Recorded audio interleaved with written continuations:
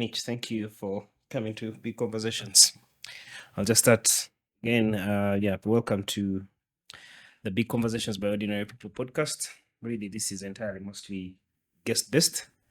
And since you're a man of prayer, I'll let you start this podcast with prayer and see if you are not just using ChatGPT to write these daily prayers. So, yes. And you also said you're big on prayer. Yeah. So, please start with the prayer, then introduce yourself, then I'll pick the whole conversation from that. Okay.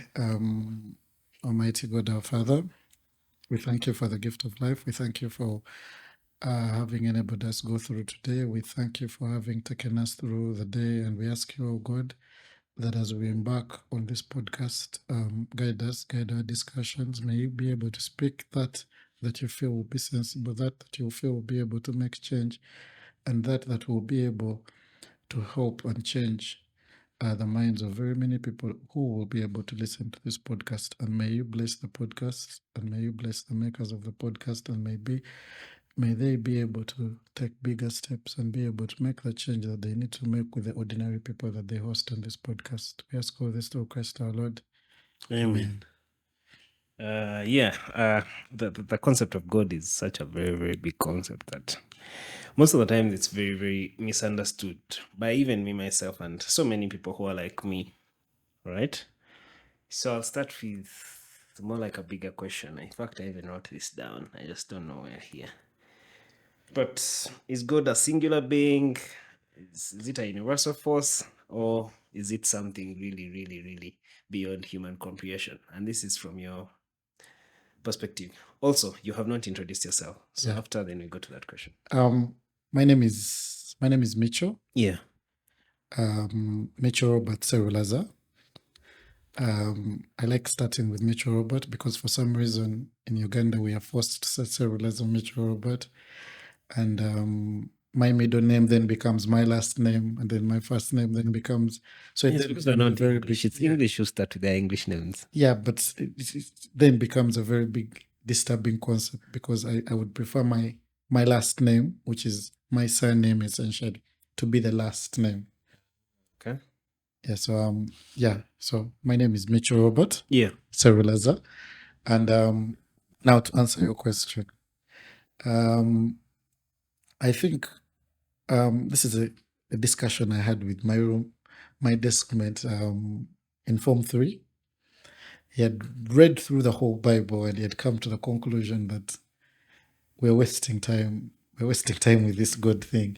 And I remember my point at that point is I had a book I was reading, The Secret. It was also talking about a supernatural being that everyone else at least believes in, basically a manifestation. Yeah. You have something that you believe in. Even people who claim they don't believe in God, like atheists, there is something, maybe your mom, maybe a tree, maybe something. You just believe that, for example, you have faith that something is going to happen for you, basically that manifestation. That means you have something that you're believing in. That's essentially what the book The Secret is about. I read it 10 years ago. 10, 12 years ago, so I don't think I still have a lot of It's content. It's content, but essentially, it leads me to the belief that you might not be big on religion, on church. Personally, I think it has been around a month or two since I was last in church, but you have to have something that you believe in, an anchor, something. So I believe that God, in whatever being it is to you, singular, plural, Holy Trinity. I saw a monk talking about God the Father and the Spirit, whatever. In whatever being that Catholic and to the core. Yeah, in whatever being that is, that should be your God. Okay. So it is not really just about a superpower. It is what you have faith in. Yes. If I have faith in life, life is my God. Because to the majority of my living, I think that is how I've been going through life. Really just believing that tomorrow might be a better day, right? I don't attach it to faith. Most of the times I've always found faith, which for most people it of course comes down to God, very, very misleading. because some people, mostly religious people, have this much blind faith in them that they forget to actually put in the work, but they keep up with the whole your life script is already written, so there is very little you can do to change that. So yeah, that informs some bit of my understanding of God. But to the core of it all, of course, I was born Catholic, so I have to follow through that line. If I'm getting married, I'll go to a Catholic church. If I know what I have to do, I have to do. But really, in life, I'm just there to be a better human being, with no attachment to anything to believe in. I find it strange that you have to. There has to be like. To me, really, God is beyond my comprehension for now. I am not yet to a level where I understand fully. God. I don't think I'm an expert on God. Who is? Even the Pope is not an expert on God, and I want to think as the head of the Catholic Church that would make him. And I'm not Catholic; I'm Anglican, and I try to avoid religion in the discussion of God, because I think many times people mistake religion and God. Yeah, because you do not need to be part of a religion to believe in God. Because very many times Then what guides your belief in God? I feel like you should have your own understanding of your relationship with God. Because many times, and I've had a discussion with very many of my friends who do not believe in God, and the reasons they are giving for not believing in God are basically reasons that come from religion. Basically, most of the religious people I know are terrible people. But I also know terrible atheists. So I think being a terrible person is not tied to your religion. And someone's understanding of God in their religion being a misguided one does not then essentially mean that God represents that type of God that person represents. For example, I saw, I think a few weeks back, when the MP, the Minister Sarah Opendi, was using God to present, I think, a bill on Pampers, and how that is being pushed for the gay people and everything. And someone quoted it and said it's always the religious people. It is not. There are terrible people I know in the States. Terrible people I know in the States who do not believe in God. And also, Minister Sarah and all maybe those conservatives that use God as their understanding to back up very many wrong ideas do not essentially represent God. I feel like each and every one should be able to have an understanding of their relationship with God. I try to have my own relationship with God, and I'm not even the most religious person. I just think that I need an anchor in life, and I do not want my anchor to be someone or something that could disappoint me at any moment. And I feel like when I'm using God as my anchor, that gives me a more basis of where I am and what I need. Another problem that we have is you'll see some people complain that I don't believe in God. When does he answer my prayers?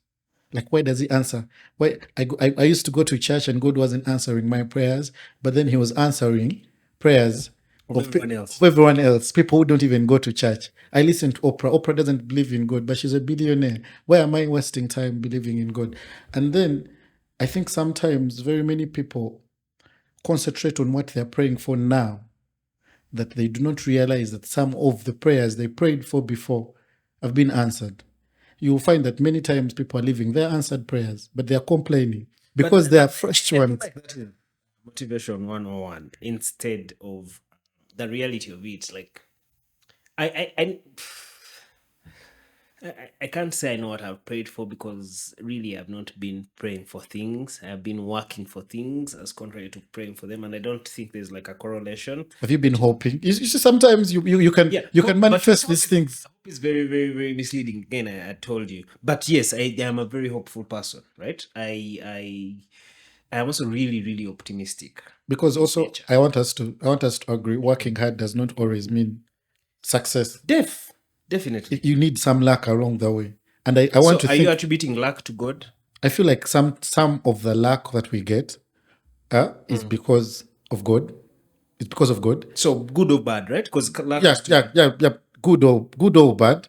good or bad. Or do we Sometimes attach it's only the good no. things? Okay. That's why we have someone in the Bible called Job that went through a lot of things while God is watching.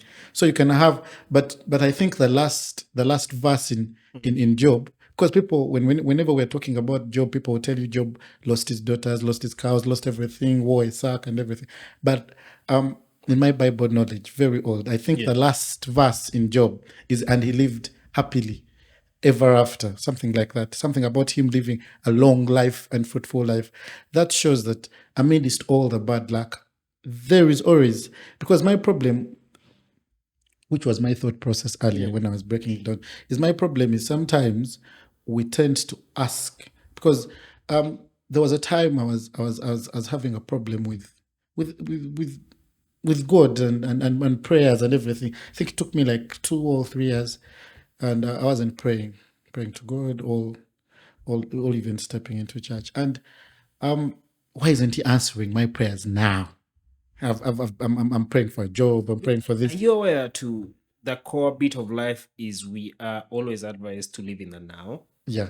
So why is it that when it comes to God, we make an exception of either to live in the future or to look back at the past and weigh into what he might have not done for you and what I do not know. I do not know who advises us to live in the now. Yeah. Because that's a very dangerous way of living. Because I think why I say sometimes we're living our answered prayers, and we are complaining about the ones not being answered. Then my best example is you'll find someone who, for example, was jobless at the start of the year, is in a job now. Prayed for a job, is in a job now. Now, let me say this, they're in a job, but they have to work, let me say, up to 10 p.m. It's not giving them enough time to rest. They're not giving, all the job is, might have some toxic tendencies. Yes. But you prayed for a job. So that is one answered But also, prayer. there are very many ways to get a job than to pray for it. Right? Yes. You've applied for a job, because you'll apply for the job, but then there are also other things, factors that factor in you getting the job. But the most ideal is to have a gamba nogo.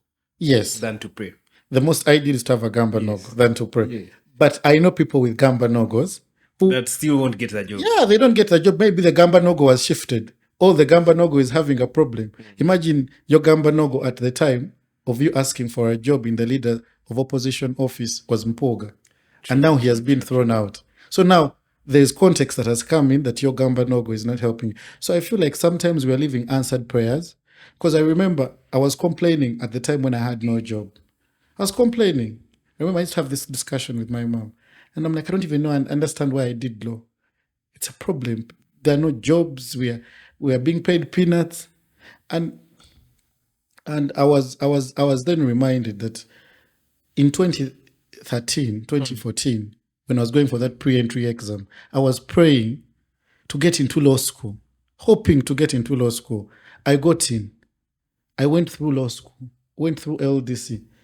So 17, 18-year-old me, the prayers they prayed for at that moment had been answered. Yeah. And I was praying for new things, but I was not looking enough at those answered prayers. So in this case, right, you're describing things like maybe patience. Yeah, you had some patience to wait. Do you feel like these attributes we give to God are literal or they are metaphorical? Yeah, because really in there is kindness. Maybe I'm waiting for a job. So the alternative for praying so much after I've applied, say my gamba nogo goes, the alternative there would be to be as kind as possible to whoever is around me, so that I expect, again, physics dictates that to every action there's an equal opposite. Then I expect that whoever is going to have some appointing authority would be kind to me, right? Because I'm dispersing maybe some sort of kindness, right? That's like the alternative to praying. I'll personally take. I think for me that is how I try to. Do you feel like these attributes are just, they're not real in this case? I think, and they're really designed. It's so I look at the Bible also as a book that that was designed to really just nurture our relationship with each other. Yes. But then at the core of it all, of course, there's like, you have to understand that there's a God that guided people to write this book. Could be right or not right, right? We don't know. We shall never know. Yeah. What's your perspective? One, I think God is not butter trade, which sometimes is a problem people tend to have. But God, it's not yeah, but that's all he's about. We were in some sort of fight of some anger management issues. Yeah, but that's I feel like that's the Old Testament. Okay. That's the Old Testament God. There is a New Testament version. God was very strict. I think I saw that somewhere. God was a bit too strict in the Old Testament. But when you come to and I do not like using the Bible. Yeah, I don't like using the Bible. I feel is like the Bible gives guidance, but I also think everyone has their own interpretation of the Bible, which then can create a problem. Because as a lawyer, we also have like the Constitution. And you go to the Constitutional Court when both of us are having a problem understanding some section of the Constitution. We go to the Constitutional Court to help us understand that part of the Constitution. Now, my problem with the Bible is we do not have a court where we can go. We don't have a court where we can go to and we are guided about our interpretation of the Bible. We just have to rely on ourselves to interpret the Bible. So that's why I do not like my interpretation of the Bible to guide another person's. Yes, because you listen to some pastor's interpretation and you're like, wow, how has he gotten to that? Or someone has read like a small line or one line in the Bible and they use it without the context, without the context of the whole. And that's a really popular thing with Christians, yeah. And that's a problem, which I do not want at the end of the day to be asking people to believe in God or pray to God because religion or the Bible dictates us to do so. You should do whatever you should do, because at the end of the day we should be good people, whether we believe in God or not. We should be good people, should be kind to people. We should not be being kind to people because you find someone praying saying, God, I gave the beggar some money on the road today, so please also come through. It feels like that's butter trade. So I think at the end of the day, whether God is coming through or not, that should not be a reason for you to hate people or to be a bad person. Also, we should not then use our understanding of our religion to decide what other people believe. I have no problem with people. Yeah, I have no problem with people who do not believe in God. That is your right. And God is a very difficult there, right? Yeah. You have consistently put out a prayer every day. In your time, you publish to the world, basically.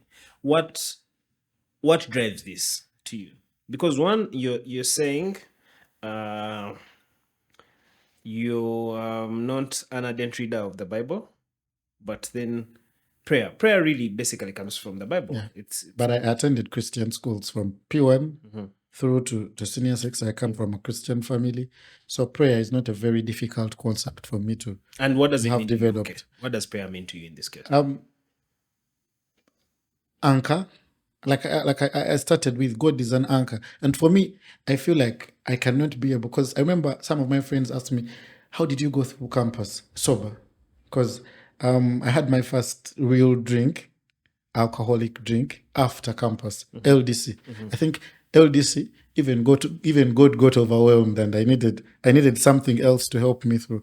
So you'll find that some people, they can take weed. Yeah. To help them through. Some people can take a beer. Some people hike. Some people sing. Some people go to gym. Some people go to gym. So everyone has something that can help them. Something that can trigger dopamine. Yeah. And for me, I feel like if I start the day with a prayer, that is enough for me. And what encouraged me to start sharing that prayer is I was having a conversation with a friend of mine, and he told me one of the reasons he stopped going to church was because church was full of judgmental people who thought they were better than everyone else, and people who did not like people like him.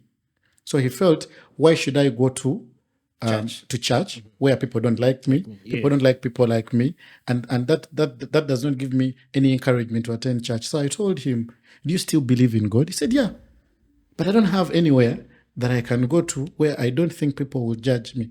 And I told him we can always pray together in the morning. And if we can pray together, I can share a prayer with you in the morning, and you can pray it wherever you are, and then I can also have the same prayer. And then once I started sharing it with him, I figured if I'm sharing it with this gentleman at 5:30 a.m., I can just as well share it with everyone. Okay. Interesting. So for you, prayer is, you're saying prayer is your alternative to gym in the morning. Anything to like an energy booster, right? Not to So gym, because I feel what like there are really- people who go to gym and also pray. Okay, yeah, but it's a bit different. Yeah, of course. There are people who actually go to a sabo and still pray. Yes. So, but what feeling does prayer induce in you? Hope, manifestation. I'm a big believer in manifestation, and I think if you can manifest, you need something you can hope for, like some, and personally living knowing that someone else, if I put in the work, someone else is also helping me push that, a bigger power that helps me to know where I am. I don't want to turn this into a someone or something, because I'm not, like I said, not very big on. And I used to have a lot of Yesterday was Eid, so but we were really talking about. So my friends had two arguments around karma and hope again. So I remember there were petty arguments we were really having with them, extremely ordinary people. So they were saying, people give to expect, right?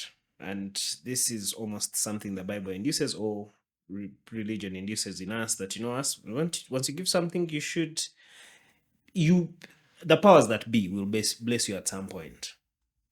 But then my friends were saying that regardless whether I give or not, I will, if I am meant to get something, I will get it, whether I've been giving or not. So that question actually really, the conversation delved into karma. So my friends don't believe in karma. So my guy was telling me that even if I finance someone, if bad luck is not on my side, it will not be on my side, right? And when you think about it from the surface, it really, really does make sense. So that is almost like the same thing you're trying to explain with prayer. Like, it helps you keep hopeful. It helps you know that there's a small thing I am contributing to my success by just saying these words, even if it might not really be true. now the even if is my problem, because when I'm asking, I do not have the even if it might not help. I know it will help. That is the How? difference.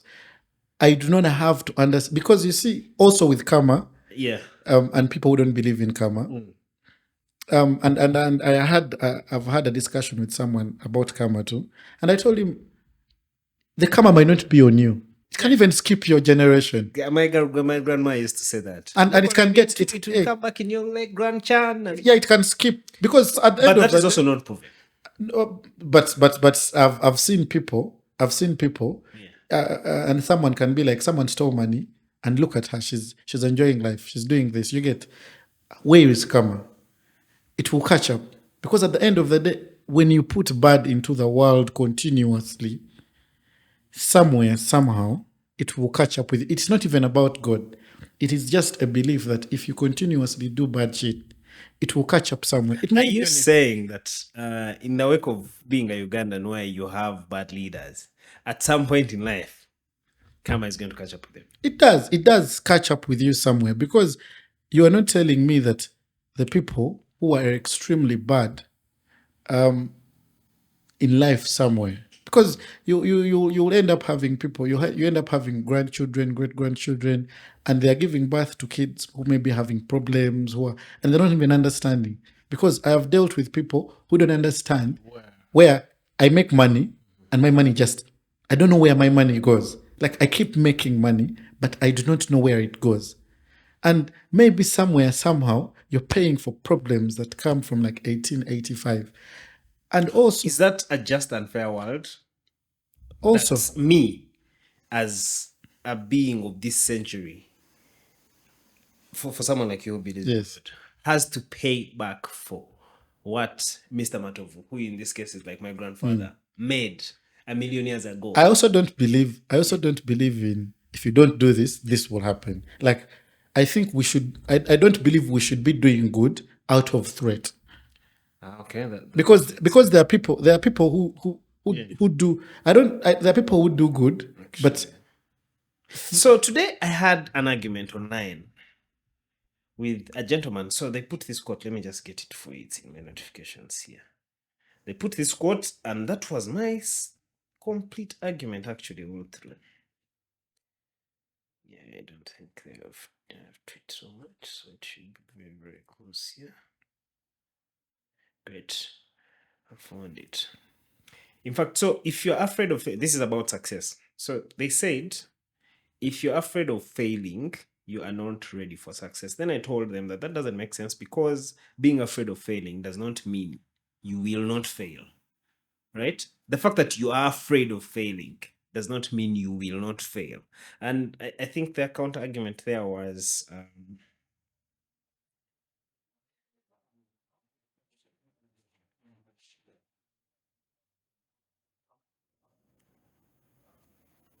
okay.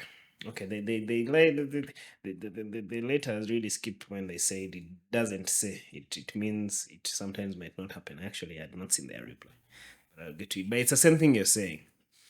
You're saying we are doing good out of threat. yeah, right? some people do good out of threat. No, I feel like we're all programmed to believe that way. That you see, if you do not do good, then bad has to happen to you. But also, but there are people who are genuinely good people. They don't have to think about. They don't have but to you see, think. good and bad are very relative things.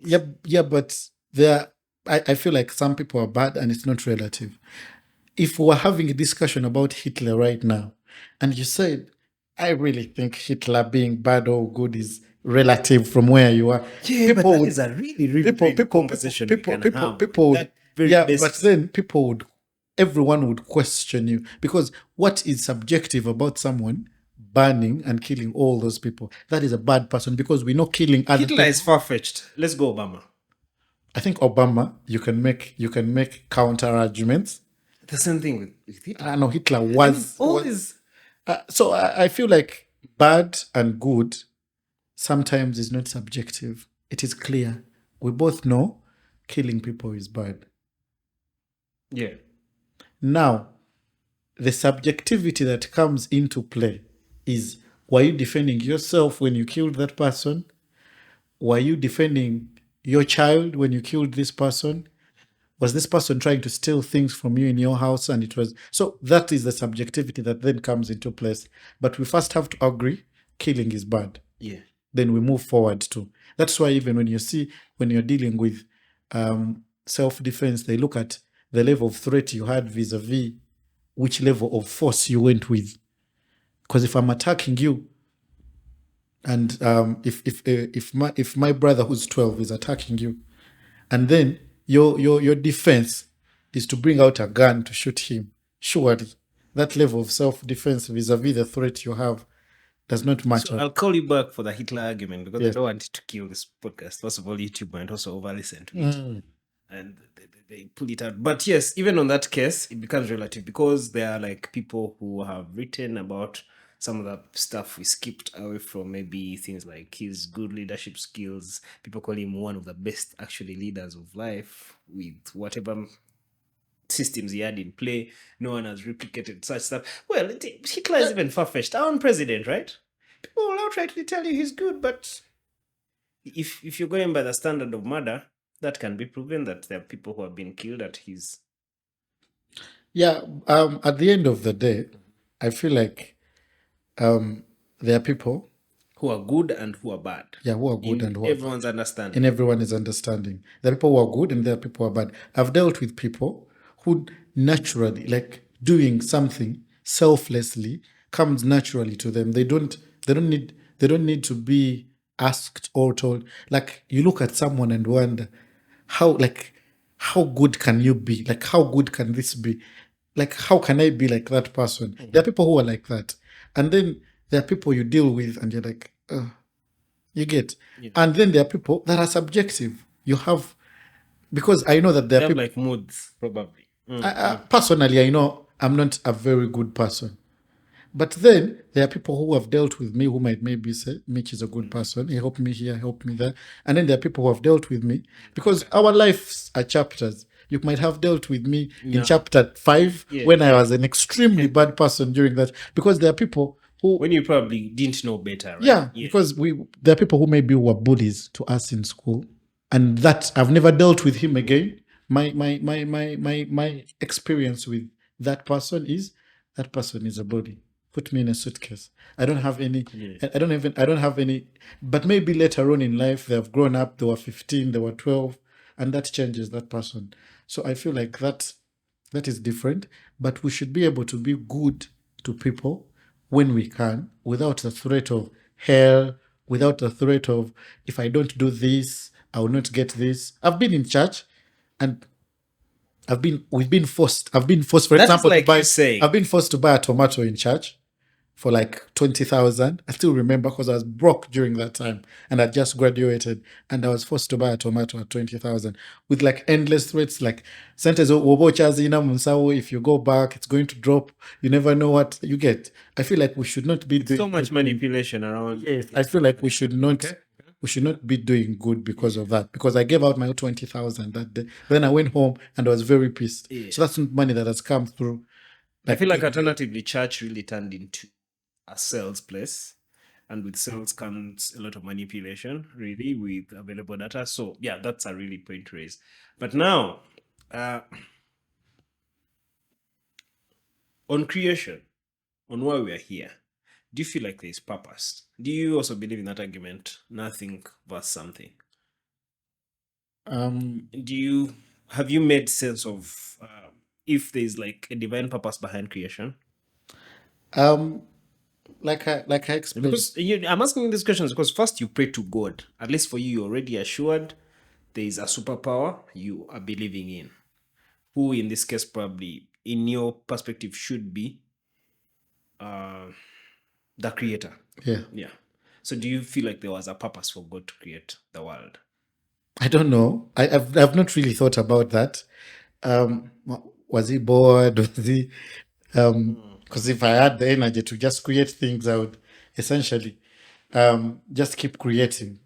But at the end of the day, I feel like we all just create our own purpose of like being here, and that changes with time. The purpose I had when I was 18 is not the same purpose I have now.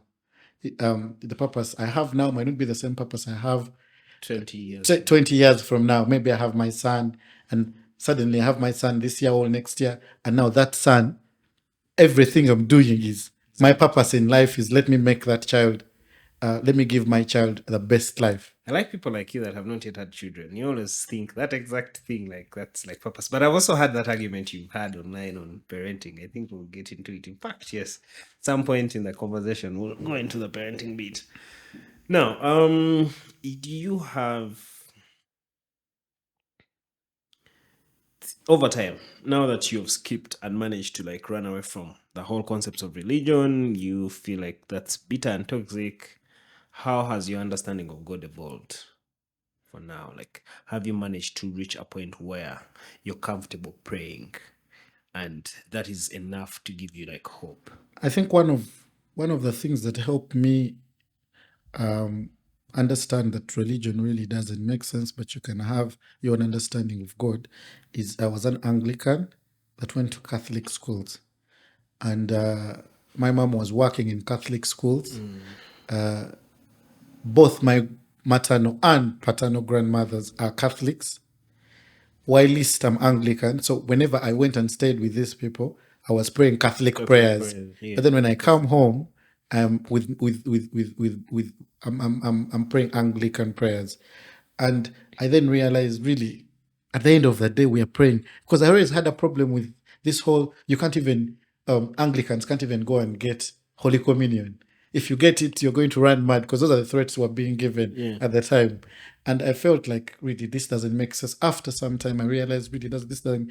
As long as you're praying to a God somewhere, you really because Muslims had prayers yesterday, and they're still. So I don't want to think that Catholics, Anglicans, Seventh-day Adventists, Muslims, that one of us is wrong, and at the end of the day, God has one specific religion that He has chosen, and whoever has not followed this particular one is going to like die or go to hell. Really, that would, because numbers wise, hell is full already, if that is the concept we are going with. Because people who were here But before. again, like I told you, then that brings in the whole idea of good and bad being very, very. Yeah, because one of, and as I conclude this religion thing, one of the other problems I have with people is the belief. When you have an argument, whenever I have an argument, maybe online about God and everything, someone would come and tell you, I don't understand why someone who is educated as you does not realize that religion was brought by the Europeans. Who brought God? Yeah, they brought God here to us to colonize us. No, religion was used by the Europeans through to colonize. Used, not brought, not made by Europeans. It was used because even before that, our forefathers had some things they believed in. They believed in superpowers above. That's why we have the Chintu story. Actually, my name comes from a god. Yeah, had the Chintu story where it's given a wife, and then you have Walumbe. So we had all these stories that were there that represent that there is a pattern of something that we're believing in even before the Europeans came. And what kills me is that the missionaries coming to Uganda or to Africa to spread the gospel, they needed backing from let me say the British Kingdom, because they're not really wealthy people. So Yeah. I would think it was a vis-a-vis. We can spread the word and get your backing, and then maybe then the gun, whatever they said, the gun came behind the Bible and all this. But the Bible, the gun behind the Bible, there was also a book, because we wouldn't be this educated, formal education and everything was brought by the Europeans. And I do not know why formal education, which people use to come and feel all unknowing and understanding, is not looked at as one of the tools used by the colonialists when they were coming here. Education was used as one of the key things. Definitely. And then people, after getting this formal education, are then chosen to pick out only religion as one of the tools used by colonialists in coming to the country, and not looking out. I've used the same religion, the same formal education that the Europeans brought to us to become internal thinking and everything. And now I feel I should not really listen to religion because I'm all knowing and I understand. And I'm not even being sarcastic here. I feel like we cannot judge God on the fact that the people who first interacted with us here, because it does not even concern me. I wasn't born when the missionaries were here. My great-grandfather was. Probably. My grandfather wasn't. My father wasn't. So I do not, my understanding of God does not come from 1879. No, my understanding of God starts from when I came to understand God, not colonialism or anything, because then I would also argue that technology, AI and all that is also being used right now for neo-colonialism and everything. China coming here to give us aid and all that. In fact, that brings up the question, where does your understanding of God draw the line between then logic, experience, and the connection? To help you really understand the question better, let me just ask it like this. Can logic and experience lead to a deeper connection with the divine? Yeah. What you've gone through essentially contributes a lot to your understanding. But then how do you then merge logic and faith? You see, one of the gifts we have as human beings is we're not like animals. I don't want to speak for goats, cows, and everything, but we have an understanding. We get to choose. We can decide what is good, what is bad. I don't like that. I like that. And sometimes we are all different in our way of understanding.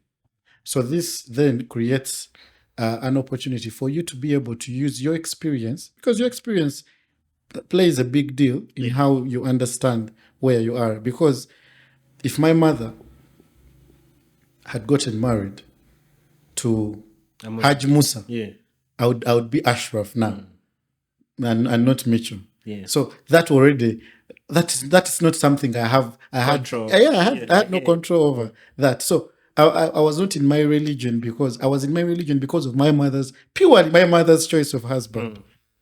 And if then it's then up to me after that to decide, because it's not like my mom was waking us up in the morning and dragging us, or my father was dragging us to church.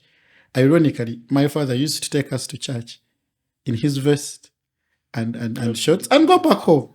It's like, if you want to go to church, I will take you.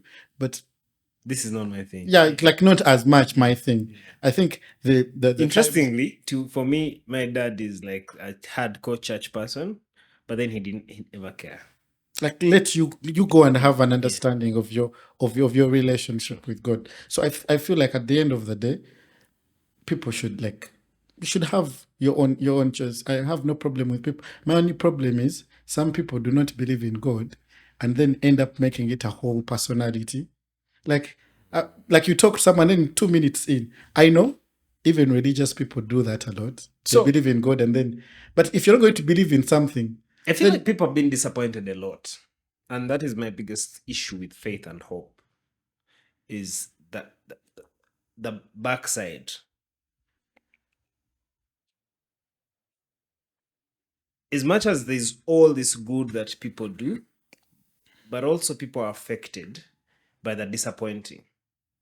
The disappointment part of it all, when they expect so much and probably that so much doesn't come to life, the hate is also. So I don't blame them for that, because you see, religion and spirituality calls for utmost faith.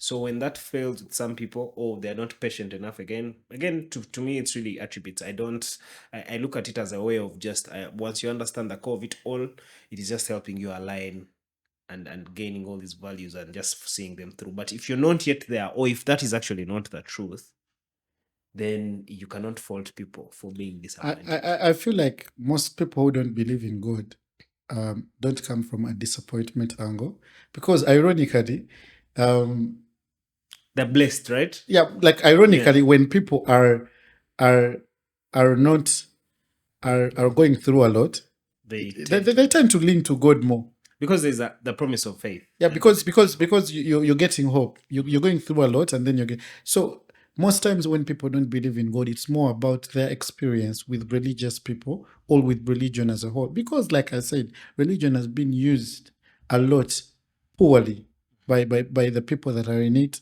You'll find that maybe by individuals, by individuals, but priests, reverends are maybe touching young boys, or people are saying we do not want the gays here because our religion says this, or people shouldn't be drinking past this time because the religion, people should be in church. So you'll find that religion has been used as a tool for oppression by very many people, and then people have tended to then vis-a-vis that and be like, I don't have time with religion and God and everything.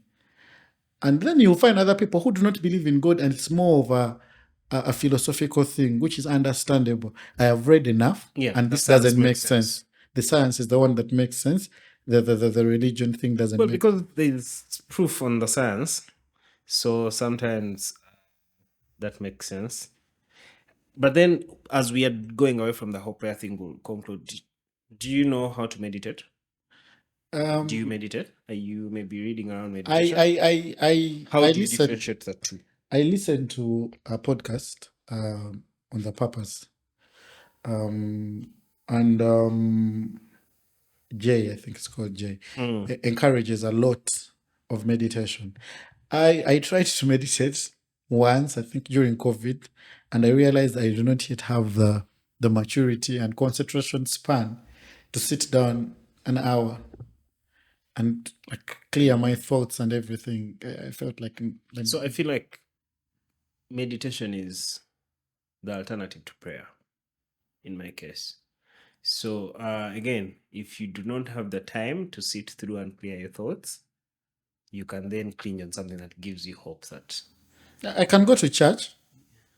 I do go to church because sometimes I can be coming from work and go to church. or I am I'm passing by Christ the King, and then it just makes sense. I'm like, let me drop in for like 30 minutes and pray and everything.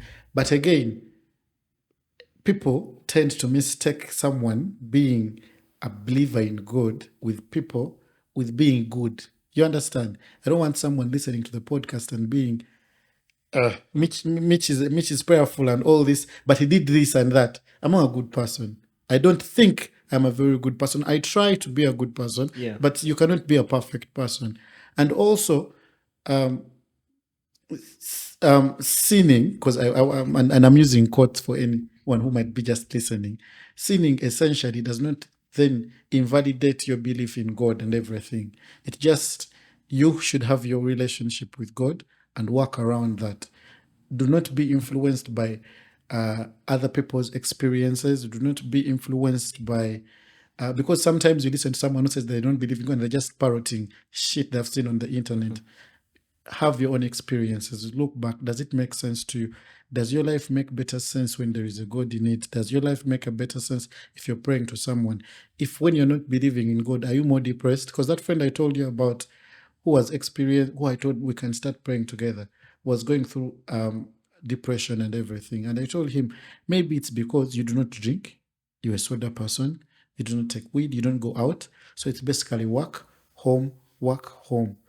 If you try and have a relationship with something else that is not a human being, because human beings are going to disappoint you. Sure. But individuals will always disappoint. Yeah. with God, you always have hope that something is coming through because He's not here. Like it's a manifestation of something that is going to happen, and then that will be able to help you out. Speaking of sinning, do you feel like God provides objective moral principles, or are they all just culturally constructed? And this is really common with like Christians. The Christians at the core of it all are homophobes, but then also preach how to love your neighbor like you love yourself, right? But then also the book really dictates that man was made for woman. Yeah. So I feel like that's New Testament, because even the Old Testament says if you eat pork, you should be thrown. Because so there are also verses. If I'm to pick, you're supposed to. If you go picking the Bible, you'll end up finding that we are all supposed to have been stoned or something. Yeah, sometime. but nowhere even in the New Testament does it. But in the New Testament, it's clear that when Jesus was asked, he's like, there are two commandments: love your God and love your neighbor as you love yourself. That is simple. Yeah, and I feel like if we can live by those two simple rules that are there, we can have a very fruitful life. Just love your God, and after loving your God, you love your neighbor as you love yourself. Then you will not be a homophobic. You'll not be a homophobic rat if you love your neighbors, you love yourself, because you'll be like, I would not want that to happen to me. If you love your neighbors, you love yourself, you will not steal what does not belong to you. You might fail because again, we are not perfect. Yeah. There are failings. And also structurally, I think we as religion has evolved, it has then crisscrossed with culture. And then we've had a problem of people of their beliefs in culture, because then sometimes you hear people saying, but African culture does not accept this. And then it's a problem because then the things that they're quoting then are not coming from African culture, they're coming from the Bible, which then creates a problem because now you've crisscrossed two things. But I do not really like also our understanding of the Bible to be from generation, the boomer generation, because they have their own experiences. My mom, who was born in the 70s, had a different childhood, was raised by different parents. Yes. So she was even, I don't know what generation is before the boomer So our generation. experiences are extremely Different from my experiences and how I'll maybe raise my child. Because we've already had arguments with my mom about maybe my child having hair, you get, or a man having tattoos or earrings, or so you understand. And I understand well it comes from a different generation, different experiences. So maybe she will come around later on in life. Some people come around faster, some people don't. That's why sometimes when I'm talking to someone who's like 60, 50, you spare them that. yeah, I'm like, Hey, you were raised. It's okay. Yeah, it's okay. Because you'll talk to someone and then they'll tell you, me in my house, my wife is the one that is supposed to cook, whether we've come back at 10 or not. And I'm like, he was raised in a household where his mother was doing everything. So yeah. Now, the last question on this is something we can't just run away from. For you as a believer, how do you make sense of the suffering in the world being created by an all-loving God? I feel like everyone, like again, everyone's experience with God is person. Suffering, like say bombs in Libya, Syria, that it never goes Yeah, away. but Sudan, that is down to human beings and the fact that God gave us all the ability to decide and choose. Then, as human beings ourselves, we've failed ourselves. I can understand maybe, I can understand maybe, I can understand maybe famine, drought, it's a natural cause, Okay, explain those. Let us go to those. And from the Bible, the good loving God has been making these outrageous. that was the strict God of the yeah, but God was punishments. very strict in the Yes. Old Testament. And if you're doing this, they're still reflecting again. We Because- still have those guys suffering from what? Those hurricanes, things that happen. I forget the name, but yes. but then we've not had interactions with God about, because the thing at the end of the day, with all this famine, drought, hurricanes and everything, we human beings have the capacity to help each other through these things. But we have also failed ourselves as human beings. You'll find people celebrating on the internet that Rihanna is now a billionaire. What is one person doing with $1 billion? Like, are you really, even if you're to move it around and around, it's not going to make sense. But then there are people somewhere who need something to eat. So I feel like at the end of the day, we ourselves as human beings have also failed ourselves. And then we are throwing it to the person who is not available, not who has given us the capacity to think and decide for ourselves some of these issues. Because really, someone should not be dying of famine in this day and age. We have the capacity to solve that at least.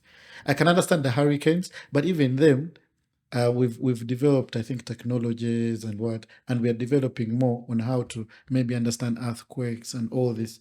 This is information that we are developing, and at the end of the day, we'll find that most of these tragedies that we are looking at can be solved if human beings were just a little bit more humane to ourselves.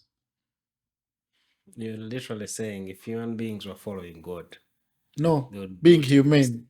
It's almost like, because you see, to being a good person does not mean you're following God. Being there and saying I have $1 billion. So the rules of God dictate only for you to be a good person. The rules of humanity dictate that if you are a good person, that you should be a good person, because at the end of the day, and being a good person. Are you saying we can exist without these rules? Yeah, I feel like if we just exist as human beings, we can't. Can a country exist without the rule of law? Yeah, but that's different. Is it? That's different. I feel like those are like, they're really instilled in us. They might not really be actionable. That's different. Commit. For example, when I was coming, I passed the roundabout in Alia. And when they had put those traffic lights at the beginning, they didn't make sense to me. Like, they're going to just cause traffic. But then over time I've realized they now make sense. Human beings need guidance. Yes. Because without them, they will. So at the end of it all, the selfish nature of human beings, that we need some rules and laws to guide us. But with God, the laws of love and everything, they should just be able to come naturally to us. Because how would we know about love if hate didn't exist? We would really not make a clear sense of what love is if we did not. It's not bad. It's not bad to hate someone. I don't think that's bad. There are people I don't like. There are people I hate. But then doing terrible things because me hating you does not mean that you're going to do something bad. Yeah, I just don't need you in my space. Because but it means that at the off chance that you had to choose me for an opportunity, you would not. No, I know. Yeah. I feel like that's different. You can hate someone and still appreciate what they can do. But also, you can hate someone and be like, I do not want that kind of energy in my space. Yeah. Doesn't make sense. So, and that does not make you a bad person. That just makes you a human being who just doesn't like another person. As long as I'm not, and it's fine. As long as, that's why even in the technology that has been developed, you have the option to block someone. And like that, I don't like that in my space. Yeah. So let me block it. So it's the same thing. Personally, I don't like people that annoy my mother, and I made that rule. Yeah, I think I made I occasionally see you throw a tweet around that. I made that rule. I made that rule. I think Aunties when who said some things about yeah, I made that rule around 12, 13. Yeah. If you've annoyed my mother, I'll talk to my mother in my house, but then you're cancelled. I think we had a neighbor. We have a neighbor at home. Had an altercation with my mom, but like around 5 feet of land, and they made peace with my mom. I think they talk. My mom comes from a generation maybe that is forgiving, hypocritical at sometimes, because sometimes that generation they don't like people, but they still invite them to weddings and everything. It happens. I come from the perspective is you've already shown me your colors. That's it. And if you don't like my mother, you definitely don't like me. So me, that is at least one rule. I don't like you. If you don't like my mom, I don't like you automatically. Yeah. Okay. If you don't like my father, please. But your mom is only human, you know? She's bound to put you in a situation of not liking someone. No. I feel like that is a decision. Sort of her own making of things. There are no people that have decided to not like because of my mother. That I've not liked because my mother told me not to like them. Nope. I've decided not to personally. And I feel like that is the same thing with life. There are other people have their lines. You might have your line that someone didn't like my child. Why am I dealing with you? If someone believes in this, in these other things, there are also other small things. There's other small things that I have. Not small. Yeah. You're doing something terrible, all this, then I would not like them. So it's just small things that we pick up. But at the end of the day, hating someone, hate and love can exist. I can hate you because because you broke my heart. We're in a relationship with someone and they broke my heart. I don't like you, I hate you. But that don't mean I'm coming to your house to shoot you. Thank God Kampala is big, you can be in Chanja, and I'm staying in Buziga, and we can never meet.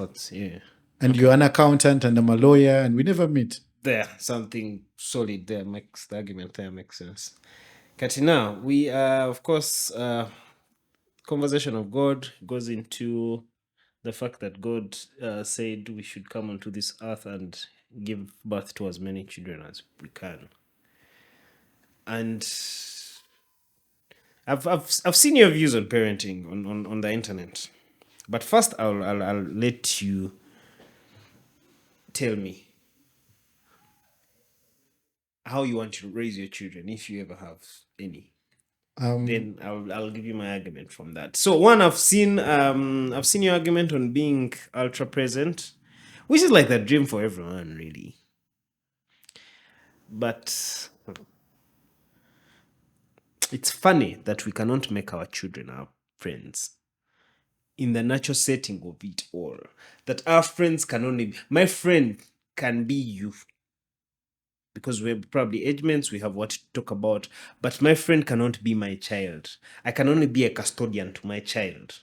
Once I make them my friend, it is going to go against so many rules. Because one, the conversations to have, unless you're going to be very hypocritical and pick out when the friendship suits you. But at the core of it all, that I want my child to be my friend, it's a really, really complex issue. But please, how do you want to raise your children? Growing up, I thought I'd have one kid.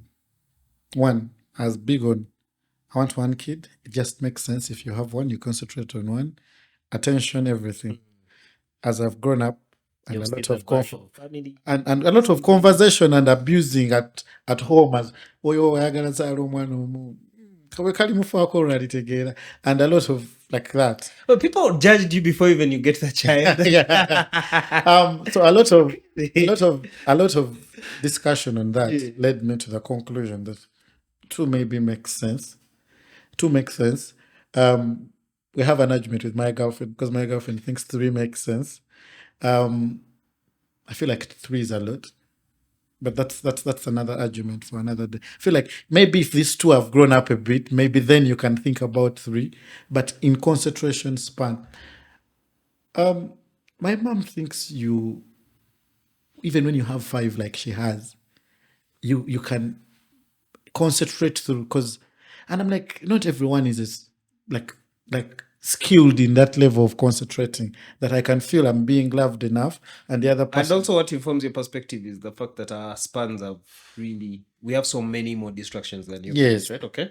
And also we have different styles of parenting. Maybe my style of parenting isn't the same as maybe the ones of my parent. Oh yeah. Yeah, What so do you the think is style, your style? because I feel like you do not, because people mistake, when I said I would be a present father, people mistook that or saying physical presence.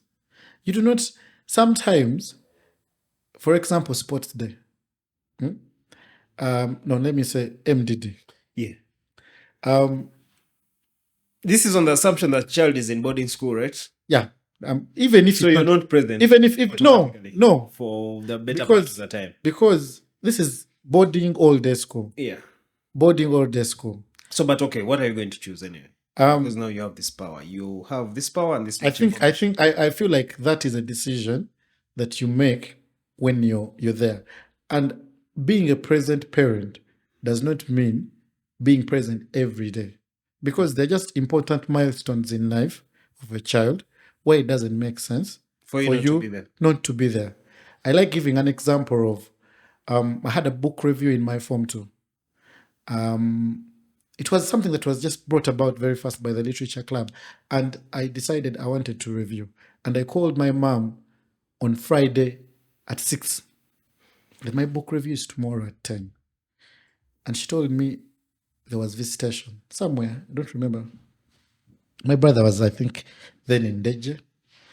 So she had VD. So he said, like, it doesn't make sense because my father works abroad. So normally my mother's doing most of the work. So I remember as I was starting my book review in the computer lab, my mom walked in. And it made all the difference for me in that moment. She walked in and attended for 40 minutes my book review, then sent me a cheat, told me I have to rush. But that was a good job. And she left for Ndeje and Vidi. And I feel like that is just enough sometimes because we tend to miss these things. I've had times when maybe I was in the play in MDD and my play was at 8 a.m. and my parents were there at 8 a.m.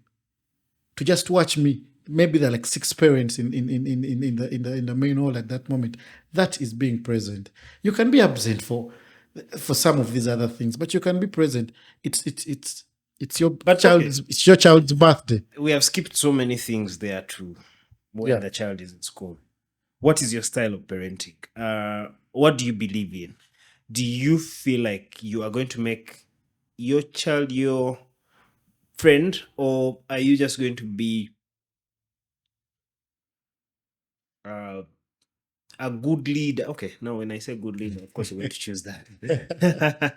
Are you just going to be a really, really, really present custodian? Like a custodian of this is what should be done in life, and this is how we're going. I feel like even your child dictates which style of parenting you have. Because even as kids, we get different versions of our parents. Because how my mom deals with me, or how my father deals with me, a talkative child, is not the same way they'll deal with my kid brother who's very quiet and reserved.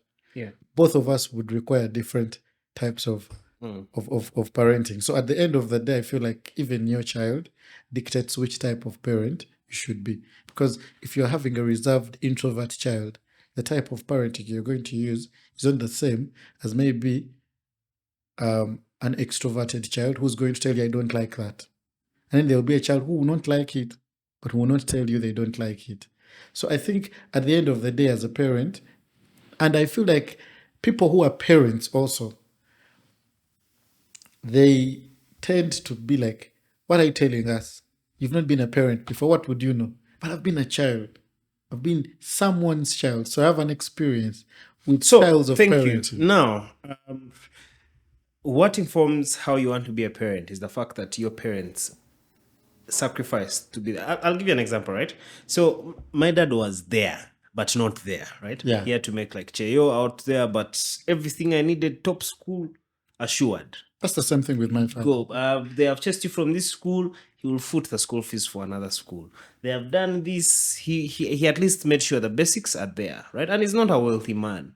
He's a humble, average man, but he made sure that at least at the core of the basics of what my child might need to survive in this world, those I will give, right? Now, does that really, really inform how I want to raise my children? No. Of course, growing up, I had this whole fantasy of, for me, it is going to be different. For me, my child, I am going to be there on video. I will not even miss when I go. Like, I had really that whole fantasy of the perfection of it all. Until I get then to life, I have a child, then I see that there are so many factors that play into you not being there. Factors really out of your control, right? That is one. Then two, you realize that if you are to do things as you had imagined them, you have to lose yourself in being your child's parent, right? But then to be a better parent, you must have life yourself. You must have experiences, you must have things you probably have to share with your child. So you cannot cut. You need to work to also give them a good life, essentially.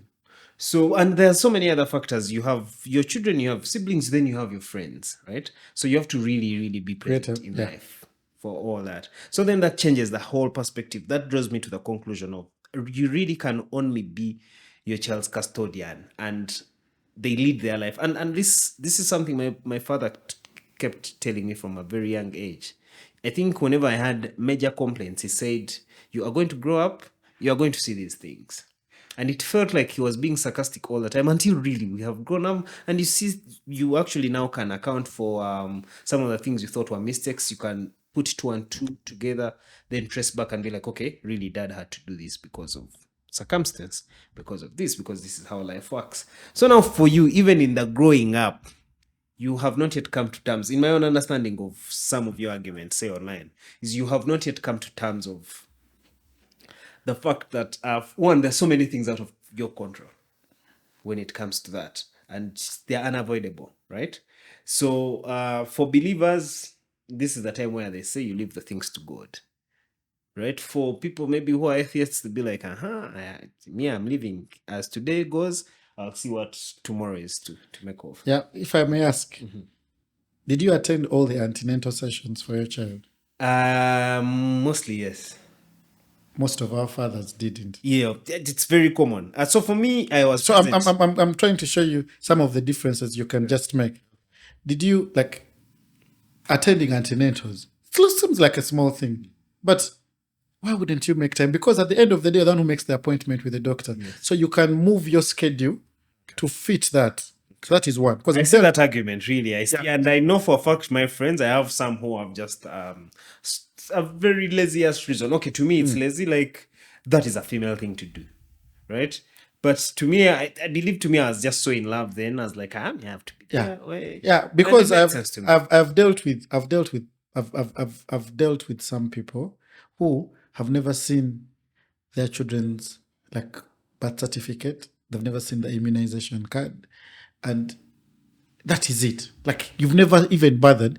That's how you end up. Maybe you have a child and then you're divorcing, and then they bring immunization cards and birth certificates, and it's my name there because you've never even bothered.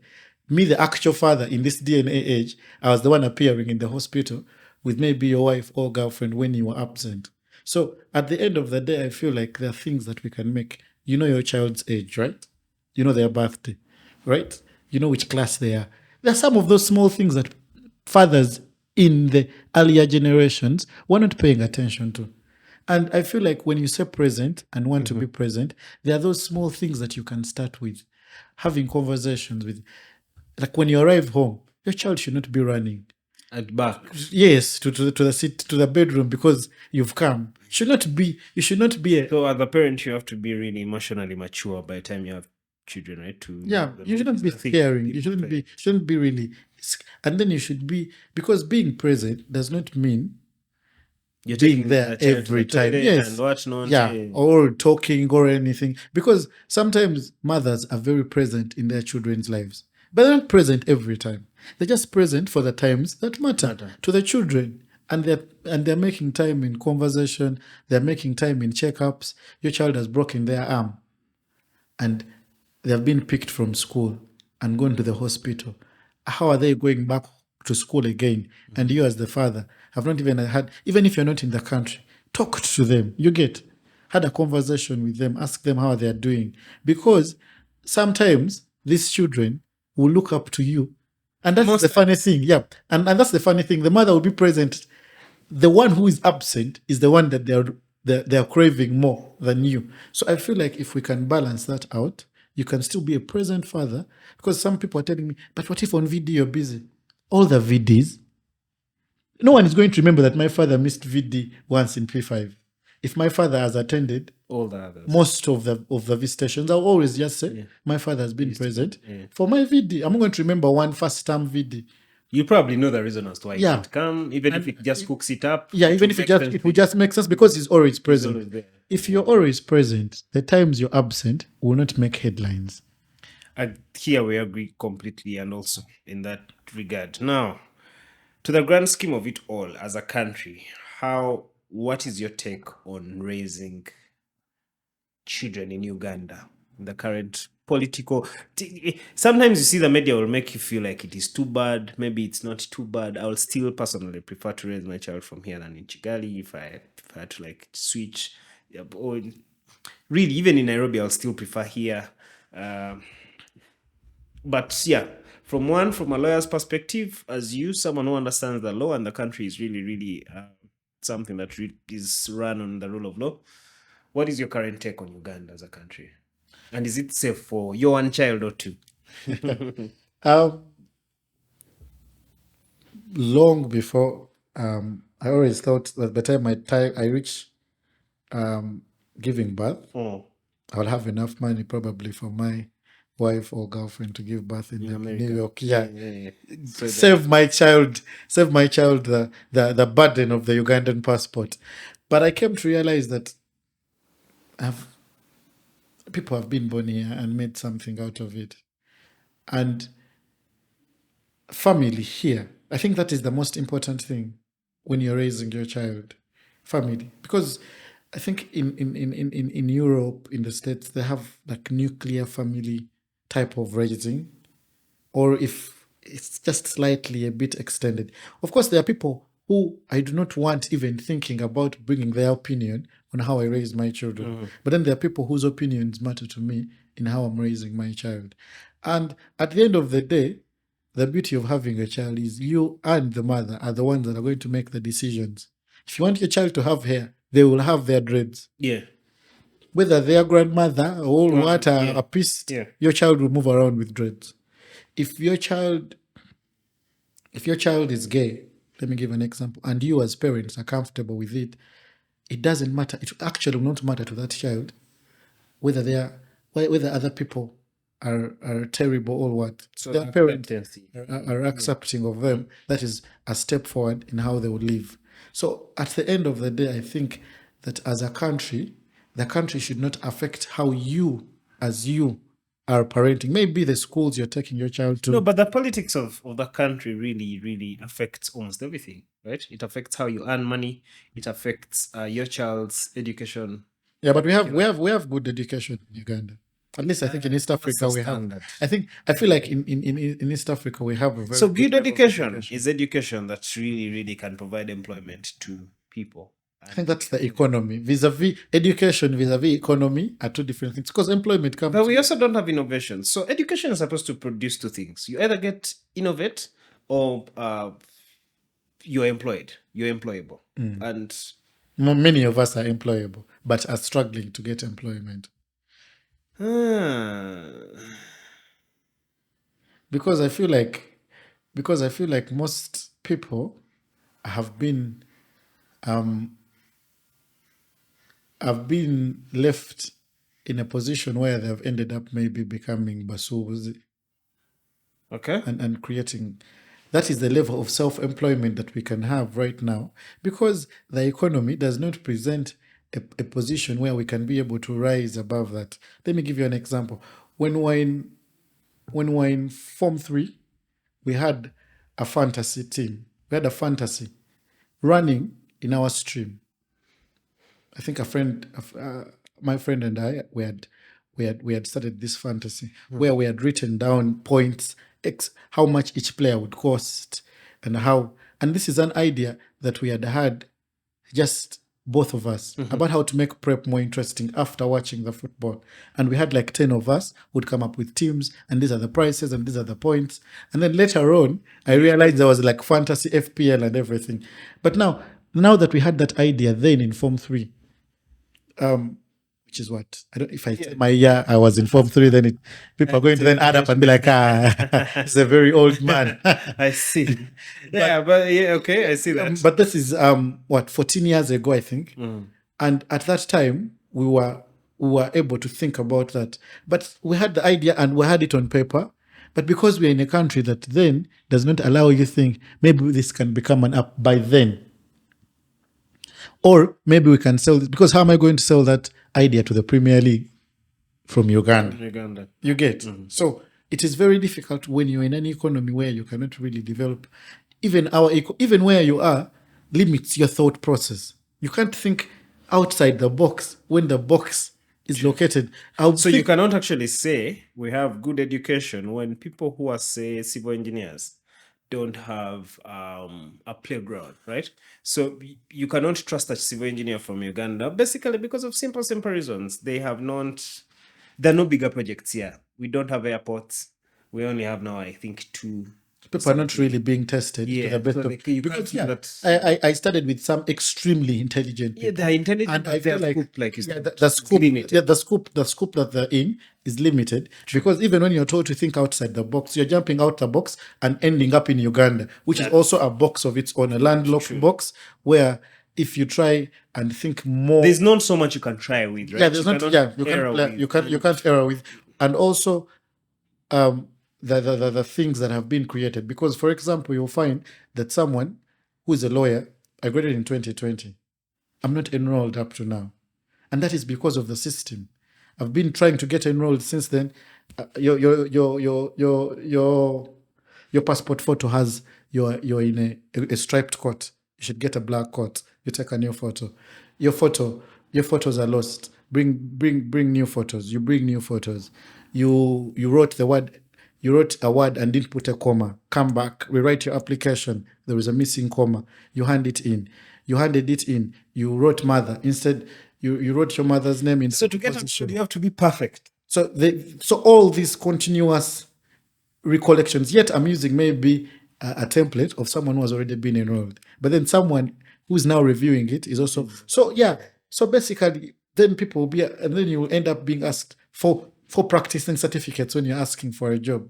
How can I have 4 practicing certificates when the people supposed to enroll us are taking, in a year, they're enrolling only around 120 lawyers, yet LDCs were releasing 850. That argument is actually really, really, really interesting, right? So I'm not growing. So right now you're not in position to actually really advise a child to take on law in Uganda. If they Zero. Actually, if anyone came to my inbox right now and asked me, does it make sense to be a lawyer?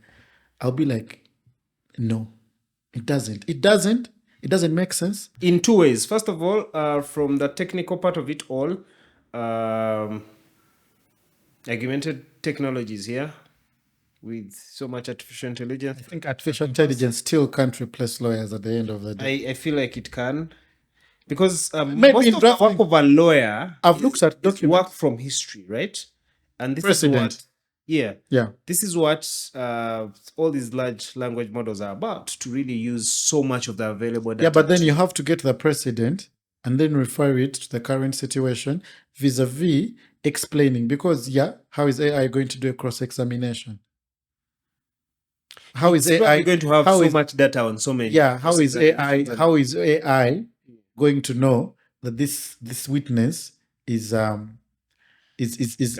this witness needs this type of way to be handled. Also, at the end of it all, you as a client, you have your needs.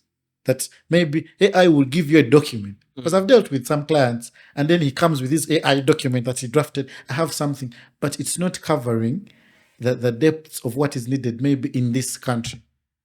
It's not looking at the situation. So I think lawyers can actually use AI to To be better. improve. Yeah, to be better. My boss, better my boss is a big supporter of AI and using it in a way to improve the legal profession rather than looking at it as a tool that is coming to replace. replace. Yeah, because before we used to go to courts to file Yeah, well, I documents, and now right now here I can file my document at 11:55 p.m. Yeah. today, and it is still taken as I've filed in time.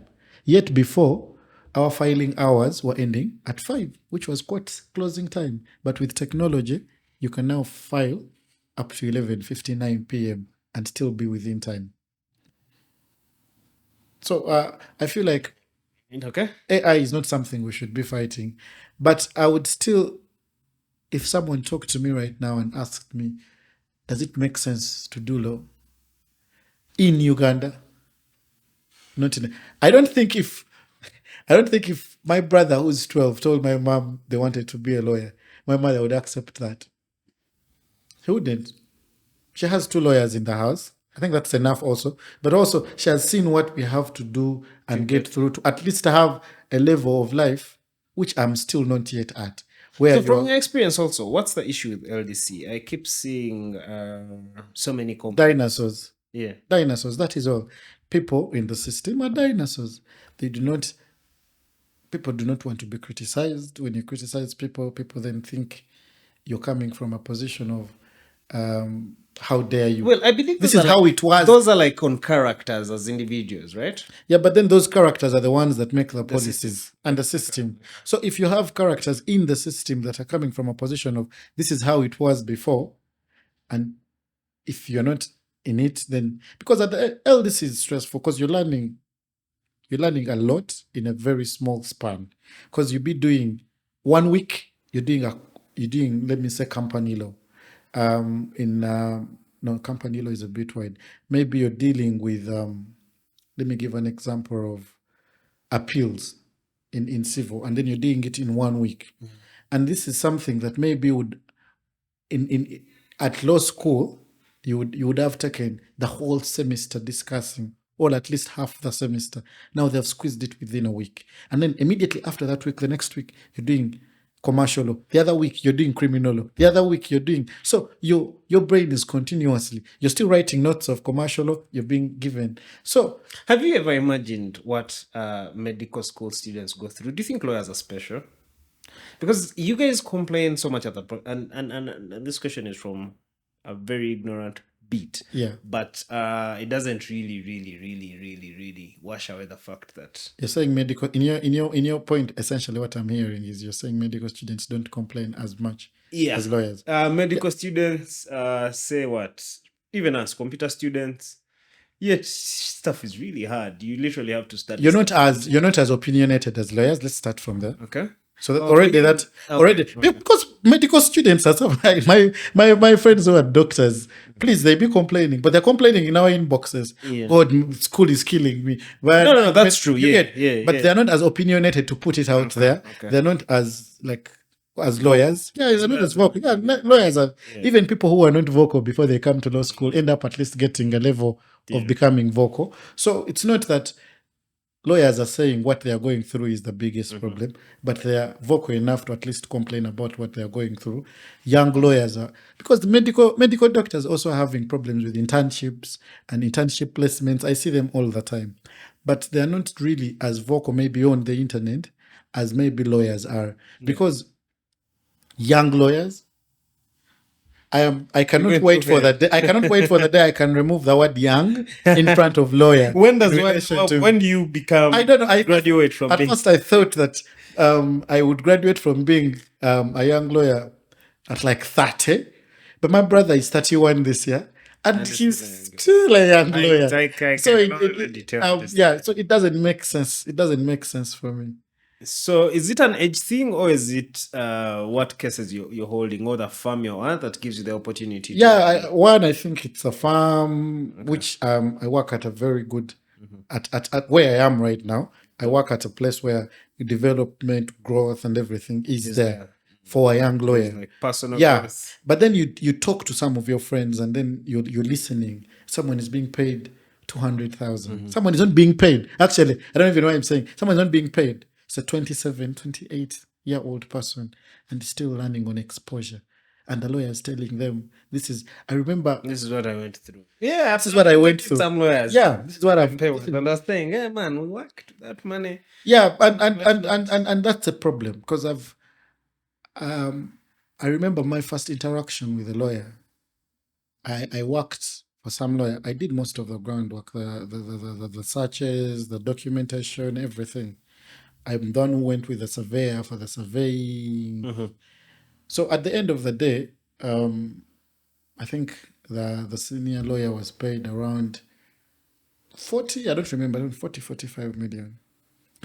And I'm the one who carried the money because I went with the people to the bank where they were paying the money, and because the transaction was done in the bank, and then they gave me the lawyer's money, and they gave me the lawyer's money, and I carried it back to where I was supposed to. When I delivered the money, and again, I was not on payment there. I was there on learning and everything. But I think human and what he got 20,000 from his pocket up here and asked me to look for change.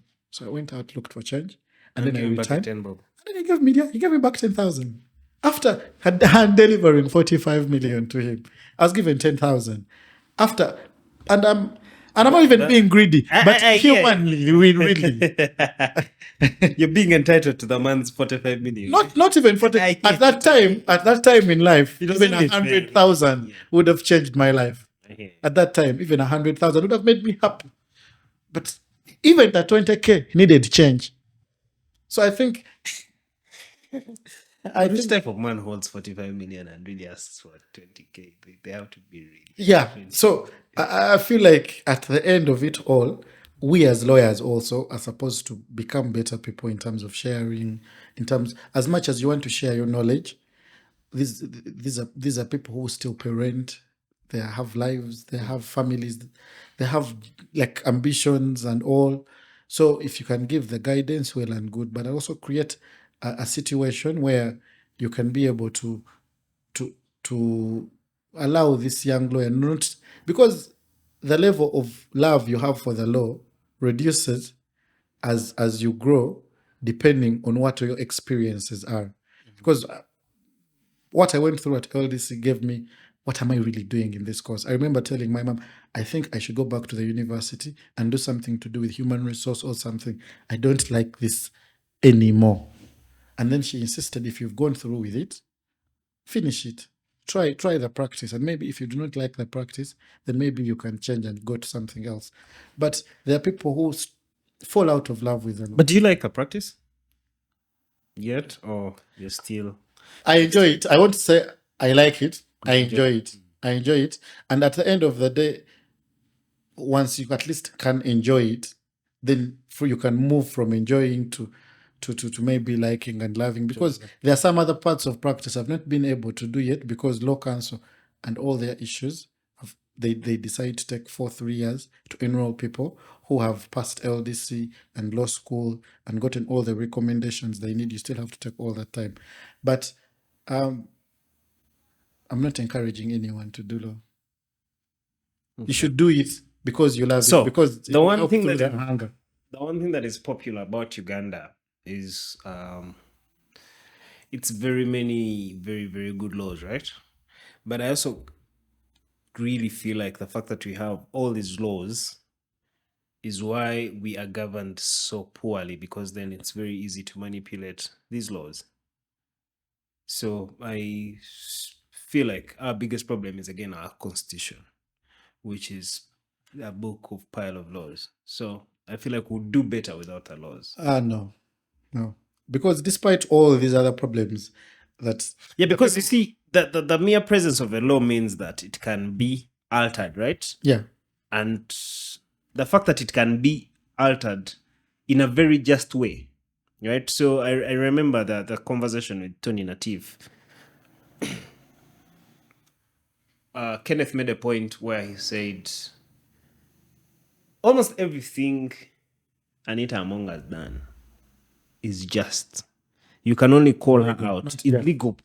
It's legal. I feel like the word just has another meaning. Okay, fine. So thank you. It's legal.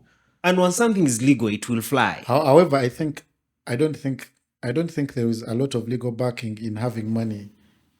Well, I had who on some of those NBS talk shows, they came out on it, or like, this is okay. Sometimes Where the money why I goes, don't it doesn't matter. why I don't really rely on some of the NBS things. Yeah.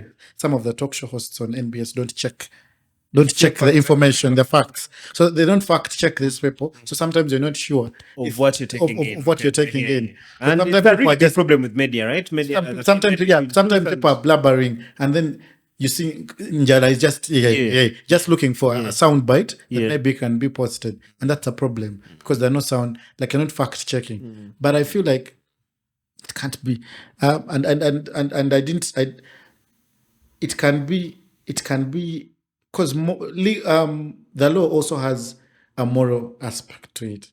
When we're studying jurisprudence, at law school, we're taught about the empirical side of it and everything. So even the law has a moral part about it, and I feel like that is something that some judges now are coming around to it. Also, among and other people, the speaker and other people may be misusing the law and everything, or the president or NRA misusing the law, does not Government mean, in particular, does not mean that you and I are not being guided by the law in the right way. Because if we had a land dispute between you and I, we would go to the courts, and in the right ways, we would get a judgment in relation to our dispute. It doesn't mean that because the other people are misusing the law, that it's not being effective in other areas. It is. People are adopting children, people are getting married and getting divorces, people are having land disputes solved, people are having arbitrations about contracts, people are having intellectual properties registered, people are having copyrighted things. For example, your whole podcast thing is registered within the law. That is a good use of the law. That makes sense. So yes, we need the law, because what if I moved out of here and tomorrow you go on YouTube and find big conversations with ordinary people hosted by me?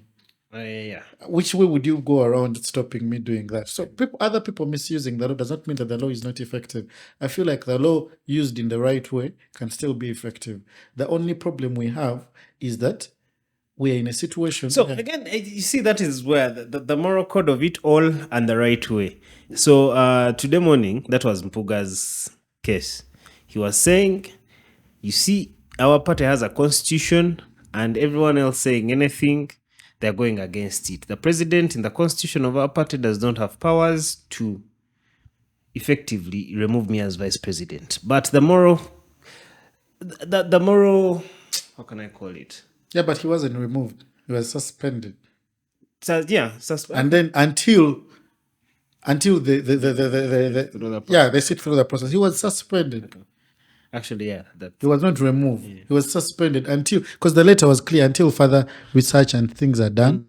He was just a suspended person.